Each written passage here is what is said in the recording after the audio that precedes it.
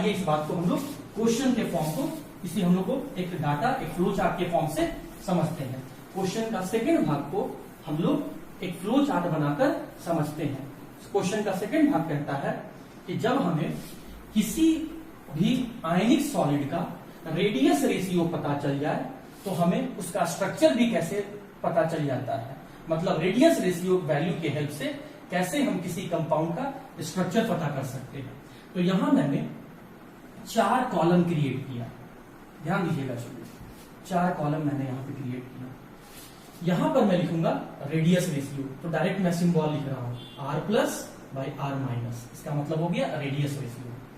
उसके बाद यहां मैं लिखूंगा स्ट्रक्चर, यहां मैं लिखूंगा कोऑर्डिनेशन नंबर, मतलब एक एटम को कितना एटम घेरा हुआ रहेगा, और यहां मैं लिखूंगा एग्जाम्पल, मतलब इस तरह का रेशियो किस तरह के कंपाउंड में पाए जाते हैं।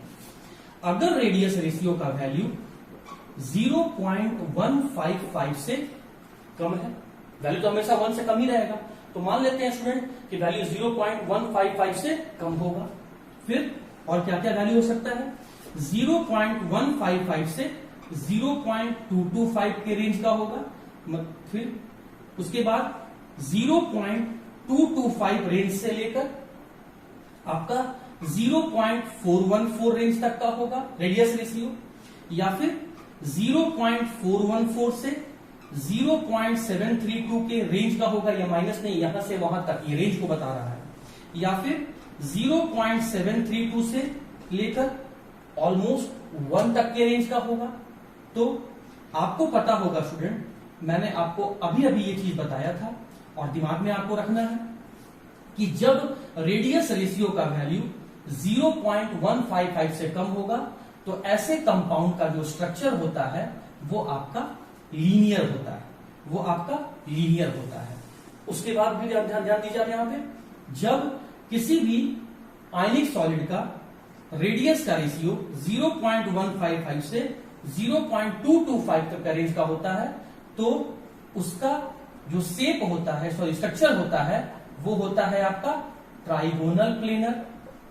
अब इस बात को ऐसे समझो, मैंने जब अभी अभी आपको ट्रायंगुलर वॉइड पढ़ाया था तो वहां मैंने आपको बताया था, ट्रायंगुलर वॉइड के लिए स्टूडेंट मैंने बताया था कि जब आपका 0.155 आएगा तो वो आपका ट्रायंगुलर वॉइड बनाएगा, मतलब वो स्ट्रक्चर ट्राइगोनल प्लेनर स्ट्रक्चर होगा। उसके बाद मैंने फिर आपको बताया था स्टूडेंट कि जब आपका 0.225 रेडियस का रेशियो आ रहा था तो इसका मतलब वो जो आपका वॉइड था वो टेट्राहेड्रल वॉइड था, तो इसका मतलब उस कंपाउंड का स्ट्रक्चर भी कैसा होगा, टेट्राहेड्रल ही होगा। उसके बाद मैंने आपको क्या बताया था कि जब 6 एटम के बीच में खाली जगह बन रहा था उसका जब रेशियो निकाले थे तो वो 0.414 आ रहा था, और वो 0.414 हमें ऑक्टाहेड्रल वॉइड को बता रहा था। तो जब किसी का वैल्यू, जब किसी कंपाउंड का रेडियस रेशियो 0.414 रहे तो इसका मतलब उसका स्ट्रक्चर जो होगा वो आपका ऑक्टाहेड्रल होगा। और फिर मैंने लास्ट में बताया था कि जिसका 0.732 जिसका रेडियस रेशियो था वो आपका क्यूबिकल वॉइड था, और क्यूबिकल में भी कौन सा, वो था आपका body centred cubical unit cell. मैं फिर से कह रहा हूं, इस बात को दिमाग में समझिए। क्वेश्चन क्या कहता है, क्वेश्चन कहता है कि अगर हमें रेडियस रेशियो पता चल जाए तो हमें किसी कंपाउंड का स्ट्रक्चर क्या उस रेडियस रेशियो के हेल्प से मालूम कर सकते हैं, या इसको ऐसे भी कहता है कि रेडियस रेशियो के हेल्प से कैसे हम किसी कंपाउंड के स्ट्रक्चर को पता कर सकते हैं। तो इसके पहले वाले पार्ट में चलो, जहां मैं आपको रेडियस रेशियो के बारे में कुछ बताया था। क्या बताया था कि जब रेडियस रेशियो, ध्यान दीजिए स्टूडेंट, जब आपका रेडियस रेशियो, जिसे मैं आपको वॉइड के फॉर्म बताया था, radius of the void to the radius of the lattice point, मैंने बताया था भी आपको यहाँ पे। तो जब रेडियस रेशियो 0.155 आ रहा था, 0.155 आ रहा था, तो इसे मैंने आपको क्या कहा था, ट्राइगोनल वॉइड कहा था, याद होगा, मैंने अभी स्टार्टिंग आज बताया है।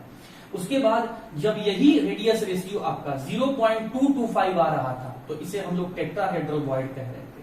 यही रेडियस रेशियो जब 0.414 आ रहा था तो इसे हम ऑक्टाहेड्रल वॉइड कह रहे थे, और जब यही रेशियो जब 0.732 आ रहा था तो इसे ही हम क्यूबिकल वॉइड कह रहे थे। तो रेशियो की मदद से हम लोग को वॉइड का नाम मालूम चल गया था। तो वही बात है, अगर हमें यहाँ पर अगर हमें रेडियस का रेशियो पता चल जाए तो हमें मालूम चल जाएगा कि उस कंपाउंड का स्ट्रक्चर कैसा है। क्योंकि जैसा कंपाउंड का स्ट्रक्चर होगा वैसा ही वॉइड का स्ट्रक्चर होगा, या जैसा वॉइड का स्ट्रक्चर होगा वैसे ही कंपाउंड का स्ट्रक्चर होगा। तो अगर 0.155 है तो इसका मतलब ट्राइगोनल वॉइड बना था, तो इसका मतलब उस कंपाउंड का जो स्ट्रक्चर होगा वो ट्राइगोनल ही होगा, मतलब ट्राइगोनल प्लेनर होगा। जब 0.225 था तो वॉइड का स्ट्रक्चर टेट्राहेड्रल वॉइड था, तो इसका मतलब आपका जो स्ट्रक्चर होगा कंपाउंड का वो आपका टेट्राहेड्रल ही होगा। जब रेशियो रेडियस कैसे 0.414 था तो वॉइड का जो स्ट्रक्चर था वो ऑक्टाहेड्रल था, तो इसका मतलब कंपाउंड जो भी बना होगा वो ऑक्टाहेड्रल शेप का ही बना होगा। जब रेडियस का रेशियो 0.732 था तो वॉइड का शेप क्यूबिकल था, तो इसका मतलब बॉडी का स्ट्रक्चर भी क्यूबिकल होगा। लेकिन क्यूबिकल में भी कौन सा, बॉडी सेंटर्ड क्यूबिकल यूनिट से। 0.155 से अगर कम होगा तो इसका मतलब स्टूडेंट उस कंपाउंड का स्ट्रक्चर जो होगा वो लीनियर होगा, लीनियर होगा। अब बात आता है कोऑर्डिनेशन नंबर का। तो ट्राइगोनल का मतलब क्या होता है 3, टेट्राहेड्रल का मतलब क्या होता है 4, ऑक्टाहेड्रल का मतलब क्या होता है 6, और बॉडी सेंटर्ड यूनिट्स में 8 कॉर्नर पर रखा गया है, तो इसका मतलब है आपका 8।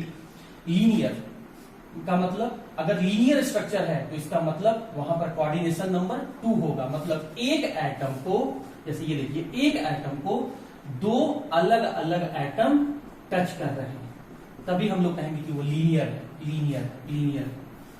अच्छा, ट्राइगोनल प्लेनर है तो कोऑर्डिनेशन नंबर क्या होगा 3, मतलब एक एटम को 3 एटम टच कर रहे होंगे। टेट्राहेड्रल का मतलब क्या होता है 4, मतलब एक एटम को 4 एटम टच कर रहे होंगे। ऑक्टाहेड्रल का मतलब क्या होता है 6, मतलब एक एटम को 6 और एटम टच कर रहे होंगे।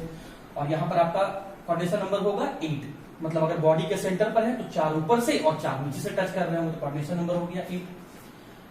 अब वैसा कंपाउंड बताओ जिसका कोऑर्डिनेशन नंबर 2 है, स्ट्रक्चर लीनियर है, रेडियस रेशियो आपका 0.155 से कम है, तो beryllium fluoride, difluoride, beryllium fluoride कह लो या बेरिलियम डाइफ्लोराइड कह लो।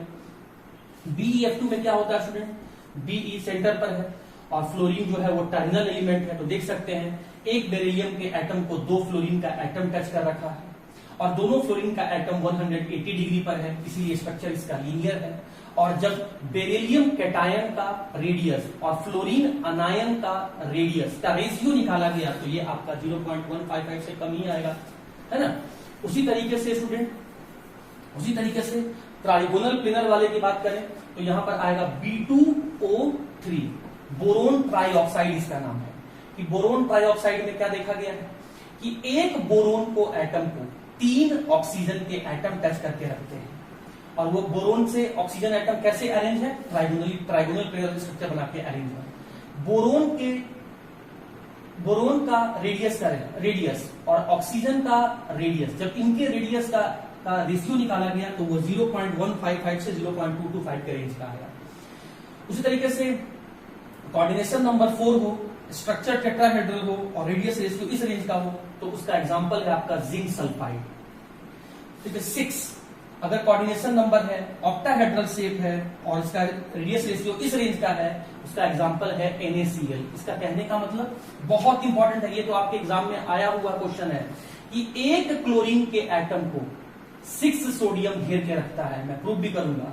और उसी तरीके से एक क्लोरीन के एटम को 6 सोडियम घेर के रखता है और एक सोडियम के एटम को 6 क्लोरीन घेर के रखता है।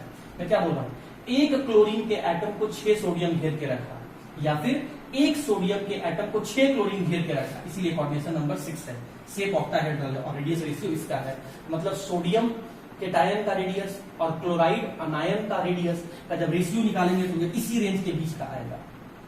और लास्ट में कोऑर्डिनेशन नंबर 8, स्ट्रक्चर BCC और रेडियस रेशियो इस रेंज का। ऐसे कंपाउंड का एग्जांपल है सीजियम क्लोराइड, मतलब एक सीजियम के कैटायन को